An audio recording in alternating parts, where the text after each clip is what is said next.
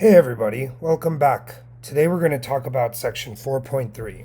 We have seen some of the ideas in this section. The purpose of this video is to put them all together.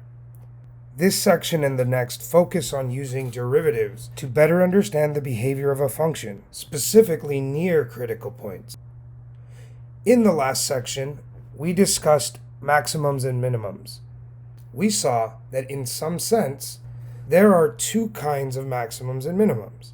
The absolute maximum and minimum, which is often called the global maximum and minimum, depends on the behavior of a function in the entire domain. This is why it's considered a global property. It depends on what the function is doing everywhere. The other kind of extreme we saw were local maximums and minimums.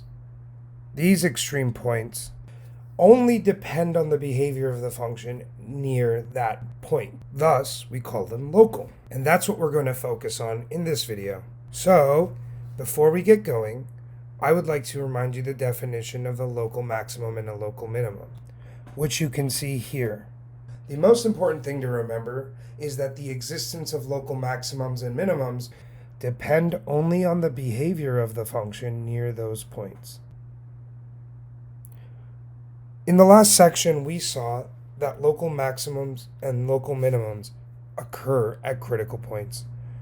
But that leaves the following question. Once I know I have a critical point, how can I tell if it's a local maximum, a local minimum, or even another type of critical point entirely? If you look on this graph, it has both a local maximum and a local minimum.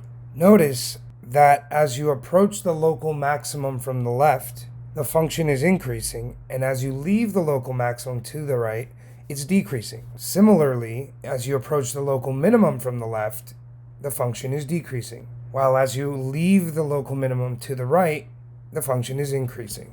So what does this have to do with derivatives anyway? Well, when a function's increasing, the slope of the tangent line to the function must be positive, as seen here. That tells us that f prime is positive wherever the function is increasing. I should apologize for the colors in this picture. I was fiddling with them and I apparently forgot to change them back. Anyways, as you can see here, when a function is decreasing, the slope of the tangent line is negative.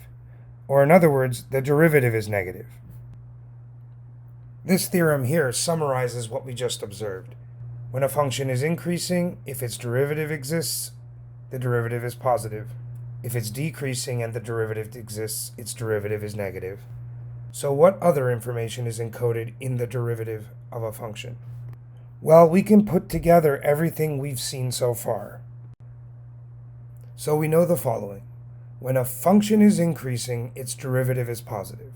When a function is decreasing, its derivative is negative. We also know that a function increases before the local maximum and decreases after. The opposite is true for a local minimum. We can summarize this in the theorem seen here, which says that near a local maximum, the derivative goes from positive to negative, and near a local minimum, the derivative goes from negative to positive. This idea is so important, the theorem has a name, the first derivative test. Notice that this theorem has a third possibility. That possibility happens when the sign of the derivative does not change across a critical point. I will show you an example of this in the slides that follow.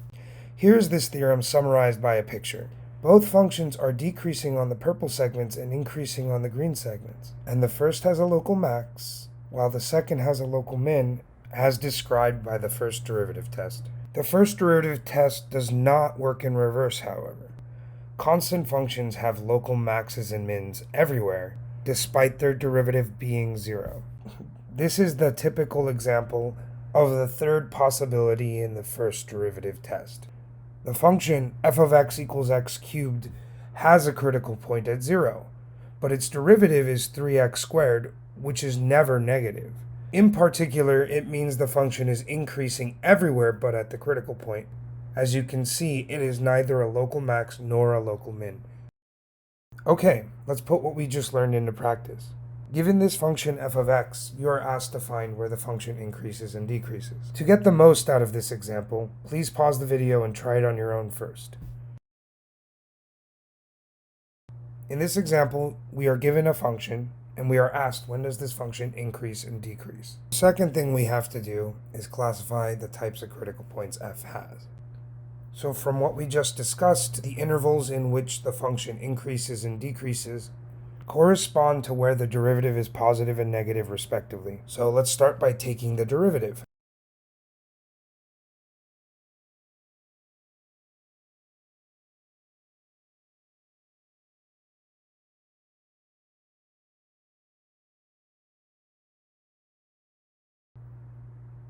So we need to find out where this polynomial is positive and negative.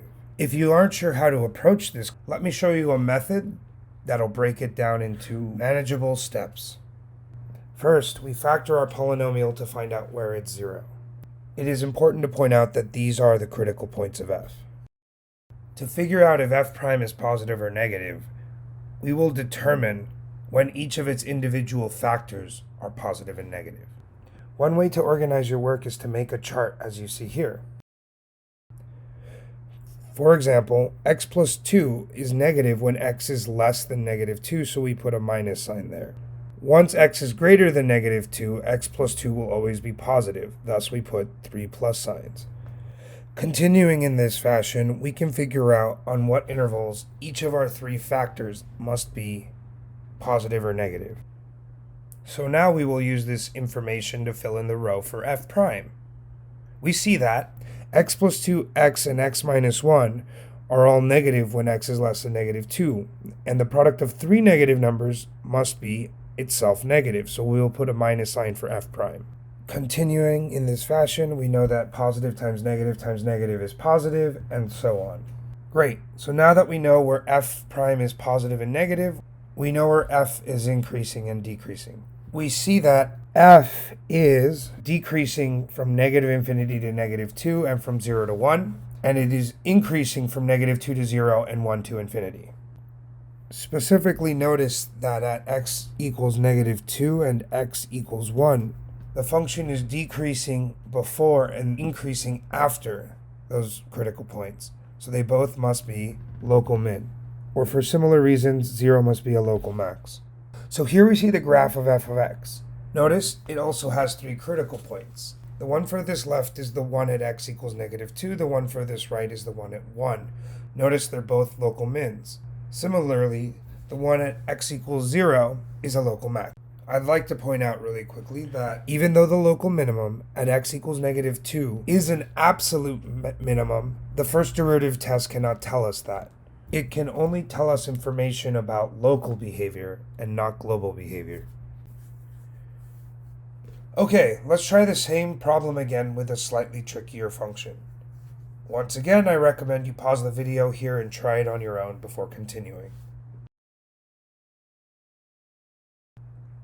Okay, this is the same basic process. We take the derivative. We know that g can only change from positive to negative or negative to positive at critical points, so we find the critical points of g. So now we set up a chart like we did in the previous problem to determine where g prime is positive and negative. The major difference between this example and the previous example is that x to the 2/5 is always positive regardless of x. That's why you see only plus signs in its row. Great, so let's use our information for g prime to classify the critical points. The easier of the two to classify using the first derivative test is the critical point at 3/2. Since g prime is negative to the left of 3/2 and positive to the right of 3/2, we know it's a local minimum. The critical point at x equals 0, however, can be neither a local max or min, as g prime is negative on either side. This is an example of the third possibility given by the first derivative test. Let's take a quick look at the graph of g to see what's actually happening at x equals 0 and x equals 3/2. The program I usually use to make graphs didn't like this function, so I had to use GeoGebra instead. First of all, as we saw in our computations, there is in fact a local minima at x equals 3/2. However, if you look at what happens at x equals 0, we see that the function is decreasing on either side, and there isn't a local extrema. There is still interesting behavior at x equals 0. In the next section, we will call this an inflection point of g.